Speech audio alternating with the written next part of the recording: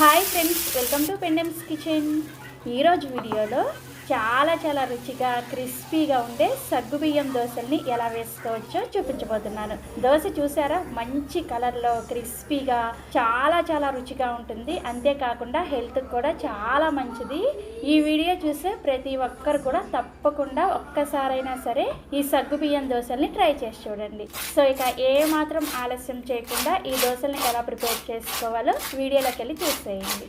ఈ సగ్గుబియ్యం దోశల్ని ప్రిపేర్ చేసుకోవడం కోసం ఫస్ట్ మనం పర్ఫెక్ట్గా దోశల పిండిని ప్రిపేర్ చేసుకోవాలి. ఇక్కడ నేను చూపించబోయే విధంగా దోశల పిండిని రెడీ చేసుకుంటేనే మీకు దోశ అనేది పర్ఫెక్ట్గా వస్తుందన్నమాట. సో ఈ దోశల పిండిని ప్రిపేర్ చేసుకోవడం కోసం ఒక గిన్నెలోకి 1 కప్పు లావుగా ఉండే సగ్గుబియ్యాన్ని వేసుకోండి. చిన్నగా ఉండే సగ్గుబియ్యం కాకుండా ఇలా లావుగా ఉండే సగ్గుబియ్యాన్ని వేసుకోవాలి. అలాగే ఇక్కడ నేను చూపించే ఇంగ్రీడియంట్స్ అన్నీ కూడా ఒకే గిన్నెతో కానీ గ్లాస్తో కానీ కొలుచుకొని తీసుకోండి. అప్పుడే మీకు దోశల పిండి ఎగ్జాక్ట్గా ఇక్కడ నేను చూపించబోయే విధంగా వస్తుంది అనమాట. నెక్స్ట్ ఇందులోకి అదే కప్పుతోటి 1/2 కప్పు మినపగుళ్ళని వేసుకోండి. అలాగే 1/2 టీ స్పూన్ మెంతులను కూడా వేసేసుకొని శుభ్రంగా 2-3 సార్లు కడగండి. వీటిని కడిగేటప్పుడు మరీ గట్టిగా పిసికి కడగకుండా ఇలా పై కడగాలన్నమాట. సగ్గుబియ్యం వేసుకున్నాం కాబట్టి జాగ్రత్తగా కడుక్కోవాలి. ఇలా శుభ్రంగా కడిగిన తర్వాత ఇప్పుడు ఇందులోకి మీరు తాగే మంచినీళ్ళను పోసుకొని ఖచ్చితంగా ఒక 5 గంటల సేపు నానపెట్టుకోవాలి. మనం వీటిని గ్రైండ్ చేసుకునేటప్పుడు ఈ నానపెట్టుకున్న నీళ్ళనే వేసుకొని గ్రైండ్ చేసుకుంటాం అనమాట. అందుకని తాగే మంచినీళ్ళని పోసుకొని నానపెట్టేసుకోండి. ఈ గిన్నెని పక్కన పెట్టేసుకొని నెక్స్ట్ ఇప్పుడు ఇంకొక గిన్నెని తీసుకొని ఇందులోకి మీరు ఏ కప్పుతో అయితే సగ్గు బియ్యాన్ని కొలుచుకొని తీసుకున్నారో అదే కప్పుతోటి 1 కప్పు బియ్యాన్ని వేసుకోండి. మీరు ఇక్కడ ఏ బియ్యం అయినా సరే వేసుకోవచ్చు. బ్రౌన్ రైస్ వేసుకోవచ్చు, దోసల బియ్యం వేసుకోవచ్చు, లేదంటే రేషన్ బియ్యం వేసుకోవచ్చు, సోనా మసూరి బియ్యం వేసుకోవచ్చు. ఏవైనా సరే 1 కప్పు బియ్యాన్ని వేసుకోండి.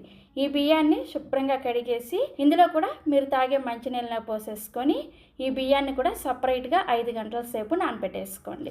సో 5 గంటల సేపు మనం ముందుగా నానపెట్టుకున్న సగ్గుబియ్యం మినపప్పు చూపిస్తున్నాను చూడండి. చక్కగా నానిపోయాయి కదా. సగ్గుబియ్యం ఇలా బాగా మెత్తగా నానిపోవాలన్నమాట. సరిగా నానలేదు అనుకోండి పిండి మీకు మెత్తగా గ్రైండ్ అవ్వదు. అందుకని ఇలా బాగా మెత్తగా నానిపోవాలి.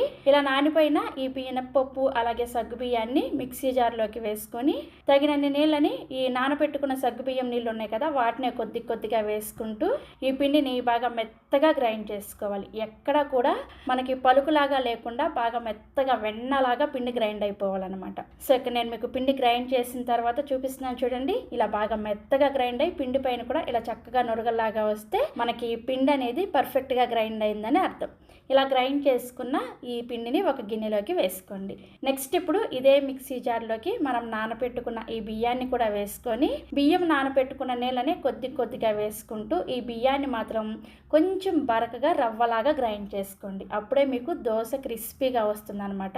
అందుకనే మనం వీటిని సపరేట్గా నానపెట్టుకున్నాం. అందుకని ఈ విధంగా నేను మీకు వీడియోలో చూపిస్తున్నాను చూసారా, ఈ విధంగా పిండిని బరకగా గ్రైండ్ చేసుకోవాలి. నీళ్లు ఎన్ని అవసరం అవుతాయో చూసుకొని పిండిని గ్రైండ్ చేసుకోవాలి. మొత్తం ఒకేసారి వేసుకోవద్దు. ఇలా గ్రైండ్ చేసుకున్న ఈ బియ్యం పిండిని కూడా ముందుగా మనం గ్రైండ్ చేసుకున్న ఈ సగ్గు బియ్యం పిండిలోకి వేసేసుకొని ఈ 2 పిండిలు కూడా బాగా కలిసే విధంగా చేత్తోనే కలుపుకోండి. చేత్తో కలుపుకుంటేనే పిండి చక్కగా పులుస్తుంది అనమాట. అప్పుడే దోశ టేస్టీగా వస్తుంది.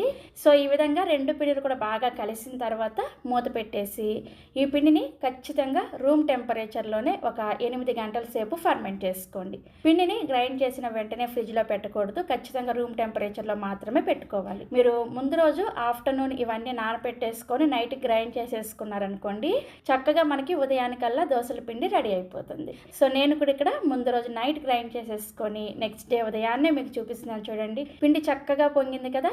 ఇలా పొంగితేనే మనకి దోశ చాలా టేస్టీగా వస్తుంది. అంతేకాకుండా క్రిస్పీగా పర్ఫెక్ట్గా వస్తుంది అనమాట. ఇలా పొంగిన పిండిని గరిటతో ఎలా పడితే అలా కలిపేసుకోవద్దు. నెమ్మదిగా ఒకే డైరెక్షన్లో కలుపుకోండి. మీరు ఎలా పడితే అలా కలిపేశారనుకోండి, మనకి ఫర్మెంటేషన్ టైంలో పిండిలో ఏర్పడిన గాలంతా కూడా పోయి దోశ క్రిస్పీగా వస్తుంది కానీ గట్టిగా వచ్చేస్తుంది అనమాట. అందుకని ఒకే డైరెక్షన్లో కలుపుకొని ఈ పిండిలో నుంచి మీకు కావాల్సినంత పిండిని వేరొక చిన్న గిన్నెలోకి తీసుకోండి. మిగిలిన పిండిని చక్కగా మూత పెట్టేసి ఫ్రిడ్జ్లో పెట్టుకున్నారనుకోండి, ఇదే పిండితో మీరు 2-3 రోజుల పాటు చక్కగా దోశలు వేసేసుకోవచ్చు. మీరు కావాలంటే ఇదే పిండితో గుంత పొంగనాలు కూడా వేసుకోవచ్చు, చాలా రుచిగా ఉంటాయి. సో ఇలా కావాల్సినంత పిండిని తీసుకున్న తర్వాత ఇప్పుడు ఇందులోకి రుచికి సరిపడా ఉప్పుని, అలాగే అవసరం అనిపిస్తే కొద్దిగా నీళ్ళని కూడా వేసేసుకొని పిండిని నేను ఇక్కడ మీకు వీడియోలో చూపిస్తున్నాను చూసారా, ఈ కన్సిస్టెన్సీలో గరిటె జారుగా కలుపుకోవాలి. సో మనకి దోశల పిండి రెడీ అయిపోయింది. నెక్స్ట్ ఇప్పుడు దోశ వేసుకోవడం కోసం దోశల పెనాన్ని హై ఫ్లేమ్లోనే బాగా వేడి చేసుకోండి. పెనం వేడైన తర్వాత కొద్దిగా నీళ్ళని చిలకరించేసుకొని పెనాన్ని టిష్యూ పేపర్తో క్లీన్ చేసేసిన తర్వాత ఖచ్చితంగా మంటని లో ఫ్లేమ్లో పెట్టుకొని మాత్రమే దోశని స్ప్రెడ్ చేసుకోండి. మీరు మంటని మీడియంలో కానీ హైలో కానీ పెట్టారనుకోండి దోశల పిండి గరిటెకి చుట్టుకొని వచ్చేస్తుంది అనమాట. అందుకని ఖచ్చితంగా లో ఫ్లేమ్లో పెట్టుకొని దోశని స్ప్రెడ్ చేసుకుంటే మీకు ఎంత పలుచగా కావాలంటే అంత పలుచగా దోశల స్ప్రెడ్ అయిపోతుంది. సో ఈ విధంగా దోశని స్ప్రెడ్ చేసుకున్న వెంటనే మంటని మీడియం ఫ్లేమ్లోకి పెట్టేసుకోండి. నెక్స్ట్ ఇప్పుడు దీని మీద కొద్దిగా నూనెని కానీ లేదంటే నెయ్యిని కానీ దోశ అంతా కూడా వేసేసుకొని ఈ దోశని పెనాన్ని అటు ఇటు తిప్పుకుంటూ అన్ని వైపులు కూడా చక్కగా ఎర్రగా కాలేంత వరకు మీడియం ఫ్లేమ్లోనే కాల్చుకోండి. మీడియం ఫ్లేమ్లో కాల్చుకుంటేనే దోశ క్రిస్పీగా వస్తుంది.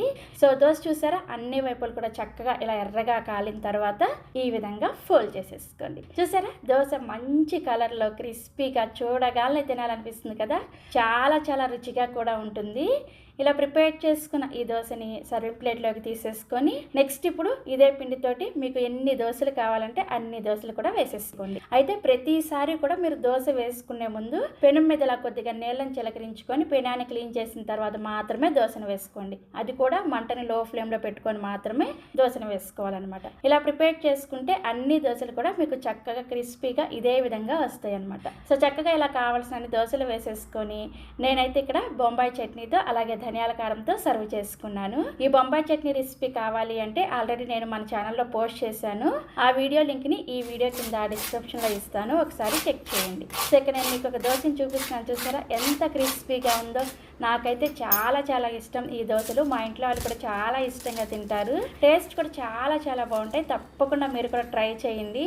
ట్రై చేసి టేస్ట్ చేసిన తర్వాత మీ ఫీడ్బ్యాక్ని నాతో షేర్ చేసుకోవడం మర్చిపోకండి. అలాగే మరిన్ని రెసిపీస్ కోసం మన పెండెమ్స్ కిచెన్ని సబ్స్క్రైబ్ చేసేసుకోండి. Thank you.